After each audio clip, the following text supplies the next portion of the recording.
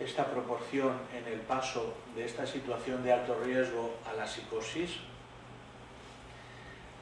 Los estudios dicen que sí. Lo primero que nos dicen también es que hay necesidad de replicar y de hacer más estudios. Es decir, son pocos los estudios que hay. Hay estudios con antipsicóticos, hay estudios con ácidos grasos omega 3 y hay estudios con intervenciones psicoterapéuticas, sobre todo de tipo cognitivo-conductual. Pero lo que nos dicen estos estudios es que se puede reducir a 1/3 las personas que pasarían a psicosis. Es decir, que si hablamos que en un año pasarían un 23% a tener un episodio psicótico, con estos tratamientos lo bajaríamos a un 7%. Es importante tener esto en mente. Los estudios son pocos, son los que vienen ahí. En la siguiente diapositiva es de la Asociación Europea de Psiquiatría, hace también otra revisión, coincide exactamente igual. Es decir, que los resultados son optimistas en la reducción del paso a psicosis, tanto a los 6 como a los 12, como a los 18, como a los 24, 48 meses. Es decir, que sí se puede reducir ese paso. Se necesitan más estudios que confirmen y que apoyen y que den más validez, por supuesto que sí. Es imperativo también que dediquemos recursos a la investigación en este ámbito. Y sobre todo es muy importante pensar que algunas de esas intervenciones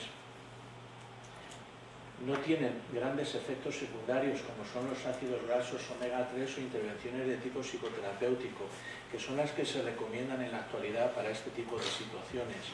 El tratamiento antipsicótico en la actualidad no se recomienda. ¿Por qué?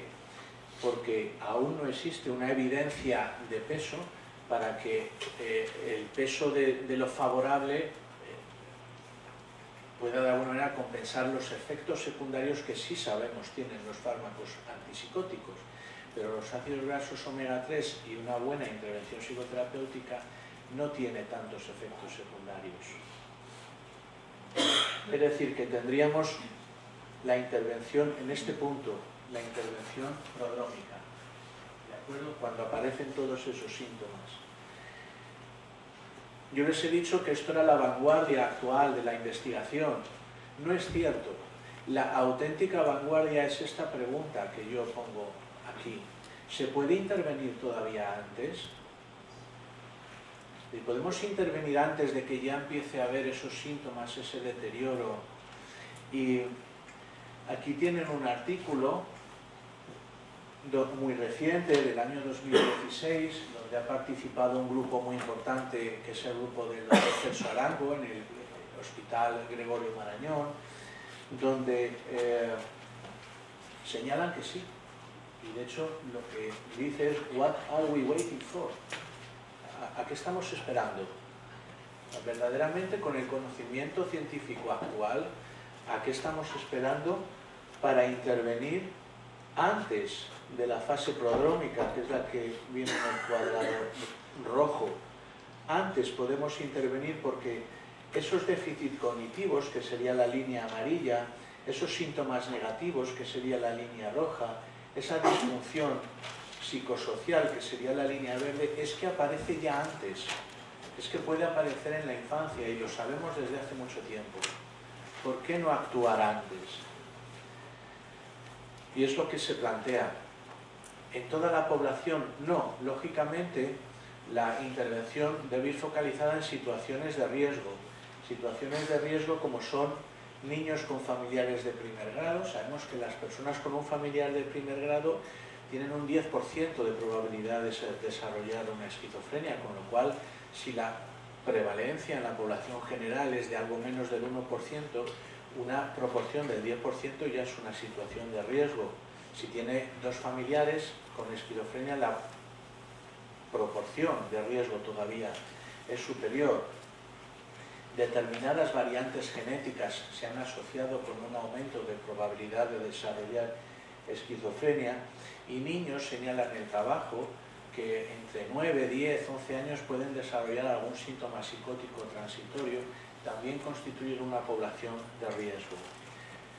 ¿Qué intervenciones se plantean? Pues desde fármacos que actúan en el sistema glutamatérgico, GABAérgico, colinérgico, que intervengan en la respuesta inmune, es decir, desde abordajes farmacológicos a abordajes relativamente sencillos y fáciles de implementar y lógicamente con apenas o ningún efecto secundario. Volvemos a los ácidos grasos omega 3, volvemos a probióticos, ustedes conocen perfectamente, como el bifidobacterium, el lactobacillus. Vamos a cuestiones universales como evitar el acoso escolar y la exclusión social. Esto no es solamente para la psicosis esquizofrenia, es decir, es algo que hay que evitar, por definición. Evitar el consumo de tóxicos, el consumo de cannabis y de cocaína puede precipitar el desarrollo de una psicosis, de una esquizofrenia, más aún en personas con una vulnerabilidad biológica per se. El entrenamiento cognitivo y el ejercicio físico. Quiero que vean que es importante que aunque hay intervenciones complejas, farmacológicas, hay intervenciones sencillas que se pueden hacer y que se deberían hacer. La última parte que voy a hablar, esto ya lo conocen más, es el tratamiento precoz cuando ya se presenta un primer episodio psicótico. Los síntomas son más floridos, la persona tiene alucinaciones, delirios y eso llama la atención, llama mucho la atención, puede tener un comportamiento desorganizado, puede tener síntomas catatónicos, síntomas negativos, abulia, retraimiento social, agotamiento afectivo, puede tener todas estas cosas que ya son notorias, pero aún así, pasa tiempo en muchas ocasiones hasta que ese trastorno psicótico se trata. Y lo que tenemos claro, y este es un trabajo de la revista Archives of General Psychiatry, que es una de las revistas o la revista más importante en psiquiatría, es un metaanálisis donde se demuestra que a más tiempo sin tratar está un trastorno psicótico, la evolución futura va a ser claramente peor. El grado de discapacidad y de disfuncionalidad va a ser mayor. Con lo cual, ¿cuáles son los objetivos? La detección precoz, la reducción del tiempo sin tratar, y va a ser muy importante esa atención en esos primeros años de trastorno. Es fundamental hacer un tratamiento intensivo, coordinado en esos primeros años de trastorno porque va a marcar de manera importante la evolución futura. ¿Cuáles son los objetivos de un programa de primeros episodios psicóticos? Lo primero, dar información, hacer psicoeducación, dar apoyo a las familias, ofrecer tratamiento farmacológico, pero no solo farmacológico, sino psicológico, intervenciones psicosociales, con dos coordenadas importantes. Una, evitar el estigma. Y dos, fomentar la implicación del paciente y su familia en el tratamiento,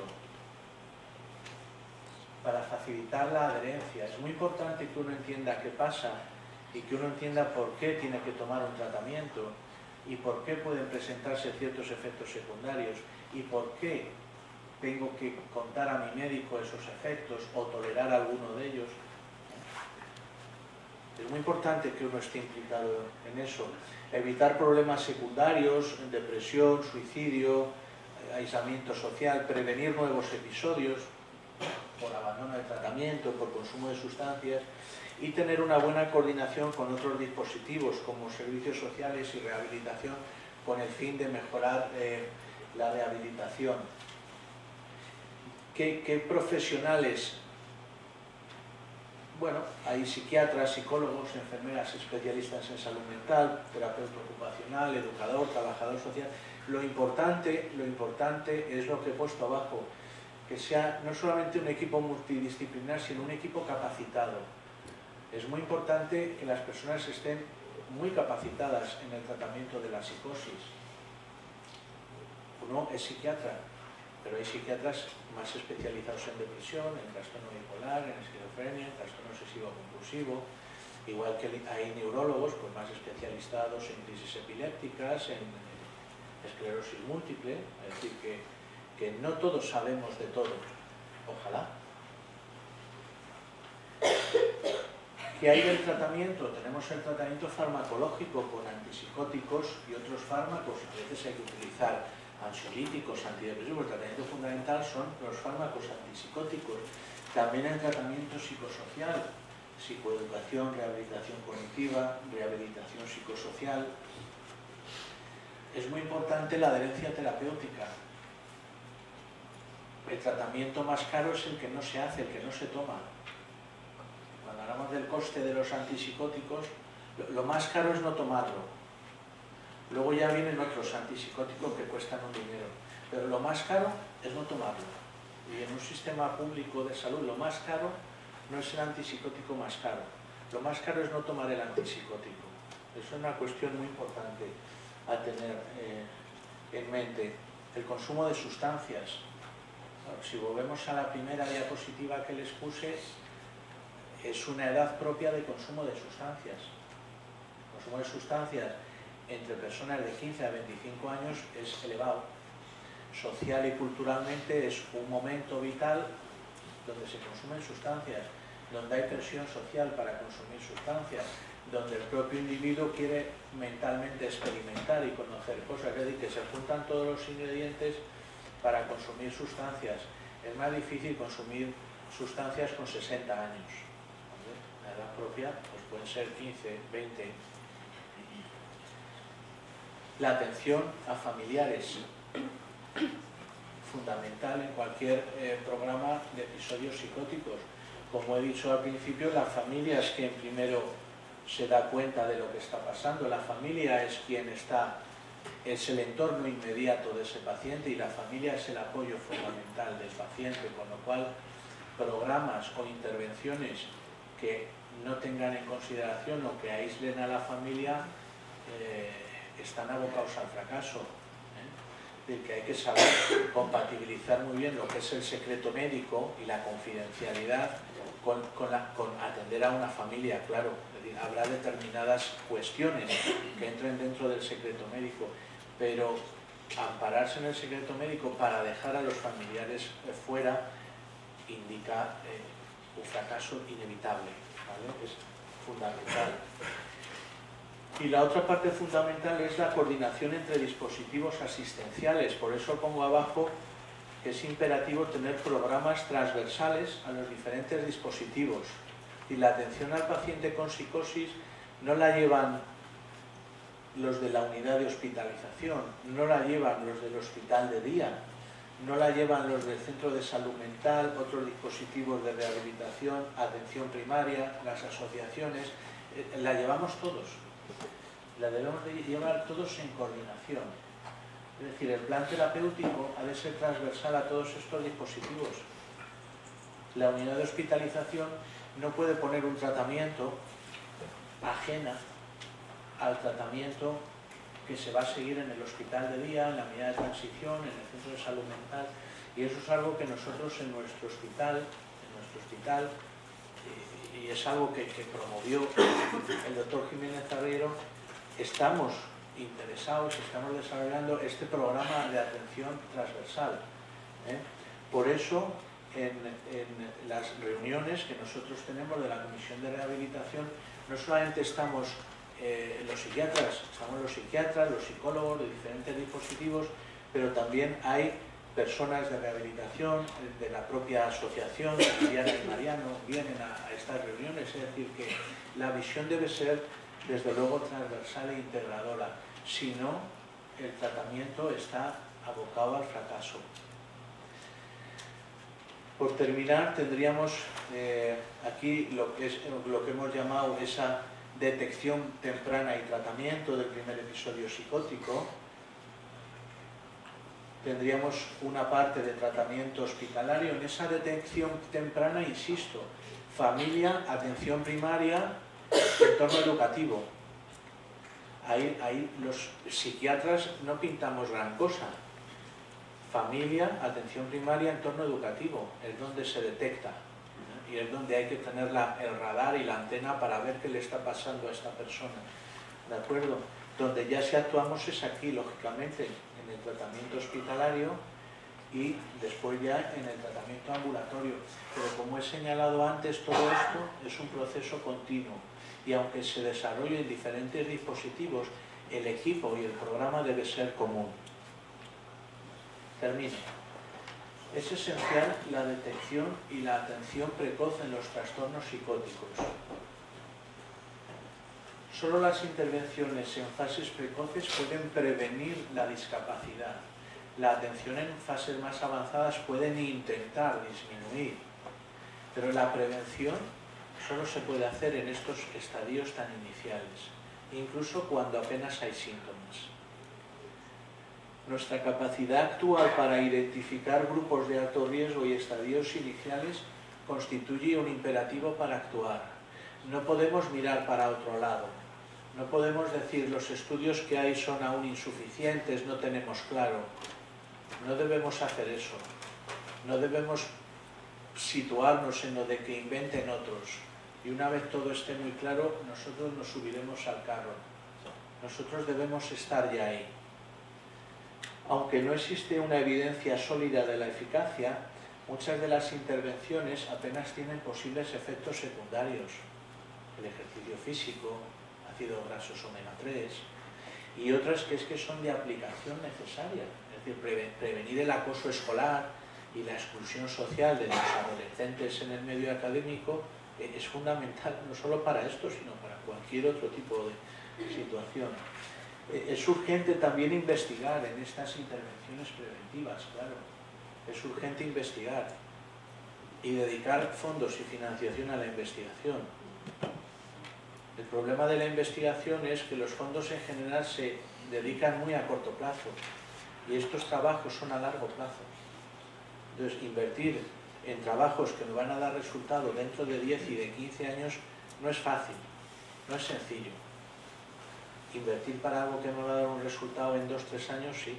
Los proyectos de investigación que habitualmente se conceden son de 2 o 3 años en nuestro medio. Es imprescindible reorganizar los servicios de salud mental para garantizar una atención de calidad en fases precoces de la enfermedad. No tenemos dispositivos para situaciones de ultra alto riesgo de manera claramente establecidos. Deben intervenir profesionales con capacitación específica. Lo he señalado antes. Yo no soy especialista en trastorno obsesivo compulsivo, prefiero que lo vea otro compañero. Yo no soy especialista en psiquiatría infanto-juvenil, prefiero que lo vea el equipo del doctor José Carlos Espín. Cada uno tiene que ver lo suyo y en lo que está capacitado. Y finalmente, programas necesarios de atención integral a la psicosis, a la esquizofrenia, trastorno bipolar, que sean transversales a los diferentes dispositivos asistenciales, hospitalarios, extrahospitalarios y servicios sociales. Y nada más, muchas gracias.